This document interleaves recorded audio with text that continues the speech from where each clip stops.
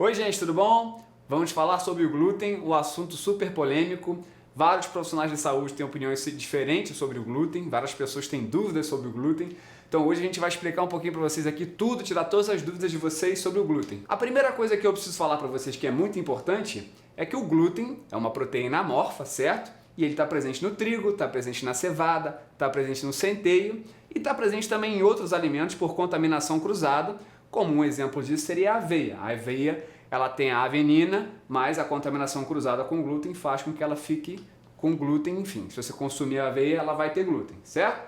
Então, uma coisinha muito importante aqui da gente lembrar é como aconteceu a modificação do trigo durante os anos e o que explica, talvez, por que tantas pessoas hoje têm a hipersensibilidade ao glúten. E eu vou explicar para vocês que isso realmente existe. Existem vários estudos científicos que mostram que a hipersensibilidade do glúten é real. E essas modificações do trigo ao longo desses anos fez com que ele chegasse ao trigo que a gente consome hoje, que é o trigo Aestivum. O trigo Aestivum é completamente diferente do Acorn. O trigo Aestivum ele tem 42 cromossomos e ele é hexaploide, não diploide. Então vejam que ele é completamente diferente. E estudos mostram que realmente as nossas células de defesa, os linfócitos, que são os nossos grandes combatentes do sistema imune, eles conseguem ter uma resposta ao glúten. O glúten expressa até 50 epítopos diferentes para mobilizar uma resposta dessas células de defesa que são os linfócitos. Então vocês vejam que existe sim uma íntima relação na ingesta do glúten com o sistema imune e que explica os diversos problemas que podem ser desencadeados, desde problemas autoimunológicos, como por exemplo a doença celíaca, até a alergia ao trigo e até a sensibilidade ao glúten, que eu vou explicar para vocês, certo?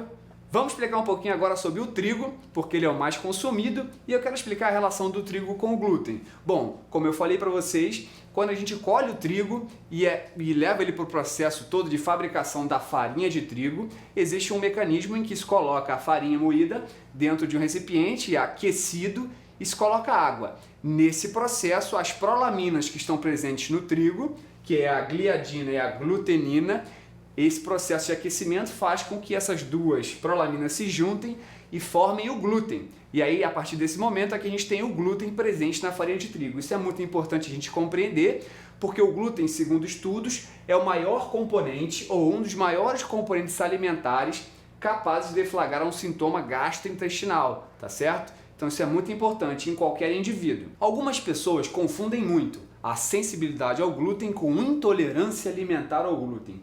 Intolerância alimentar ao glúten não existe. A intolerância alimentar é um processo não imunológico, ao contrário da sensibilidade ao glúten, e é um processo que acontece quando um alimento não é corretamente digerido, ou ele é ingerido em excesso, o que deflagra uma resposta gastrointestinal e a pessoa tem dor abdominal, flatulência, etc. Sintomas muito semelhantes à sensibilidade ao glúten, tá certo? Mas são mecanismos totalmente diferentes e é bom isso ficar muito claro para vocês, ok? Bom, gente, antes da gente falar sobre a hipersensibilidade ou a sensibilidade ao glúten, eu preciso explicar para vocês o que existe de diferente, certo? E o que existe de diferente é a alergia ao trigo e a doença celíaca, tá? A alergia ao trigo ela tem uma prevalência em torno de 0,5 a 1% da população, tá? É uma resposta normalmente aguda à ingesta do trigo, o que não tem nada a ver, por exemplo, com a doença celíaca, são coisas totalmente diferentes. As duas envolvem o sistema imunológico. No entanto, essa é uma resposta aguda e essa é uma doença autoimune. A doença celíaca é uma resposta autoimunológica, ou seja, o indivíduo consome o glúten, tá certo? O glúten é parcialmente digerido pelas enzimas digestivas e os peptídeos que sobram são mal absorvidos. Então deflagra uma resposta imunológica, os linfócitos T helper fazem uma identificação através de proteínas de membrana e isso deflagra uma inflamação. Ficou difícil entender? Vamos lá que eu vou melhorar para vocês. Olha só, o indivíduo com a doença celíaca então come o trigo, né? ou qualquer alimento que tenha o glúten. Depois de consumir, ele vai começar a sentir sintomas gastrointestinais. Em algumas pessoas isso pode ser precoce na vida, em outras isso pode acontecer mais tardiamente. Então incluem sintomas de dor na barriga, gases, certo? Distensão abdominal e também sintomas extraintestinais, ou seja, além da distensão abdominal, das flatulências, né, daquela sensação ruim depois que você come o trigo, você também pode ter dor de cabeça em algum período, pode ser até no dia seguinte, tá certo? Você pode ter dor muscular, confusão mental em algumas pessoas. Então, alguns sintomas extraintestinais também estão presentes. Um deles também muito comum, que são as alterações de pele. Então, pode ter uma dermatite relacionada com a ingesta do glúten, tá? Então, é sempre importante a gente poder diagnosticar. Agora, uma coisa muito fundamental que vocês não podem esquecer é a gente saber que a doença celíaca ela é pouco prevalente na população. Ela é pouco prevalente, até porque os critérios para se fazer o diagnóstico são muito longos. Então a gente precisa normalmente de um indivíduo geneticamente suscetível, então ele normalmente tem o gene HLA-DQ2 ou HLA-DQ8, que dá para ser identificado. Existem testes sorológicos para a doença celíaca, a gente pode fazer a antigliadina, transglutaminase, o antiendomísio também, que pode ser utilizado em alguns casos, que devem ser feitos.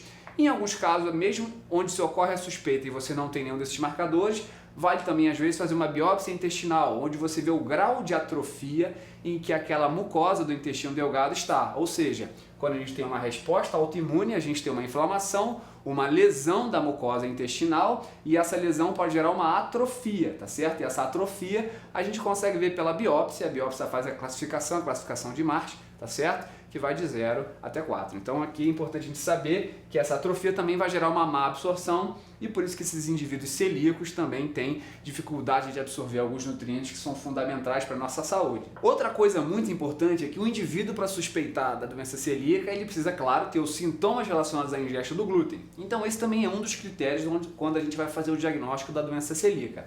E outro também que auxilia bastante é quando o indivíduo tem uma melhora muito grande clínica com a retirada do glúten da alimentação, tá certo? Então esses são os critérios. A gente precisa de marcadores genéticos, que é o HLA, DQ2, DQ8, a gente precisa de marcadores sorológicos, em alguns casos a biópsia intestinal e a retirada do glúten da alimentação e identificar se realmente ele é o causador. Então a gente precisa normalmente de 4 desses 5 critérios para poder fechar o diagnóstico da doença celíaca, tá certo? Agora que vocês já entenderam tudo de alergia ao trigo e doença celíaca, nós vamos partir para a hipersensibilidade ao glúten, que vocês vão entender um pouquinho mais agora de como é que é essa condição. Vamos lá? A sensibilidade ao glúten, então, a gente vai suspeitar quando o indivíduo, mesmo sem os marcadores da doença celíaca, apresenta sintomas com a ingesta do glúten, ou seja, tem sintomas gastrointestinais, distensão abdominal, gases, e sintomas extraintestinais também podem acontecer, como eu falei, cefaleia, uma fadiga crônica, dores articulares, dores musculares, alterações de humor, alterações do comportamento, que podem sim estar relacionadas com a ingesta do glúten, tá certo? Então vou explicar um pouquinho para vocês agora sobre a sensibilidade, ok? Então a sensibilidade é uma coisa muito interessante, alguns estudos mostram que o glúten é capaz de interferir numa enzima que fica na nossa parede, na nossa mucosa, nas células da mucosa intestinal, que é a zonulina. A zonulina, ela mantém as zonas entre as células fechadas, porque os nutrientes são absorvidos entre esses canais paracelulares, são chamados de tight junctions do inglês, tá certo? Esses canais paracelulares fazem com que o nutriente consiga permear. E a zonulina, ela controla esse canal para que entre aquilo que a gente quer e o que a gente precisa, e não toxinas e coisas que a gente não quer que passam pelo nosso trato gastrointestinal, tá certo? Então, muito importante a gente compreender que o glúten pode sim fazer uma alteração na zonulina, como mostram alguns estudos, fazendo uma hiperpermeabilidade da mucosa intestinal. Essa hiperpermeabilidade faz com que haja uma resposta imunológica do sistema imune, uma resposta inata, uma pronta resposta contra a entrada do glúten e de substâncias tóxicas, e aí você tem sim uma resposta imunológica gerando também uma inflamação. Isso acontece em alguns indivíduos, não acontece em todos os indivíduos, tá certo? Os estudos ficam variando muito da prevalência na população, pode variar de 3%, e em alguns estudos mostra até que 35% a 40% da população possa ser hipersensíveis ao glúten. O que é muito interessante aqui, gente, como eu falei para vocês, é que as vias do sistema imunológico são completamente diferentes. Na doença celíaca, a gente tem uma via mais pelo sistema imune adaptativo, as nossas células de memória que respondem e fazem uma memória imunológica à ingesta do glúten. Aqui a resposta é completamente diferente, é uma pronta resposta, é a resposta do sistema inato, do sistema imune inato, uma resposta que é rápida, uma resposta rápida, eficaz e que não gera memória. E por isso mostra às vezes uma característica diferente entre o indivíduo que tem a doença celíaca e o indivíduo que tem a hipersensibilidade ou a sensibilidade ao glúten, ok? E vale lembrar também que a sensibilidade ao glúten ainda não tem marcadores. Então, para a gente fazer o diagnóstico é muito difícil. normalmente é um indivíduo onde há uma suspeita de doença celíaca, um indivíduo que se sente muito mal com a ingesta do glúten e com a retirada ele tem muita melhora clínica, mas não existem, até o momento pelo menos, marcadores para poder identificar e fazer o diagnóstico da sensibilidade ao glúten, e é por isso que muitos profissionais da saúde têm dificuldade muitas vezes em fazer esse diagnóstico e fazer o acompanhamento desse paciente. O importante é trazer saúde. Se o indivíduo acha que pode ter uma hipersensibilidade ao glúten ou uma doença celíaca,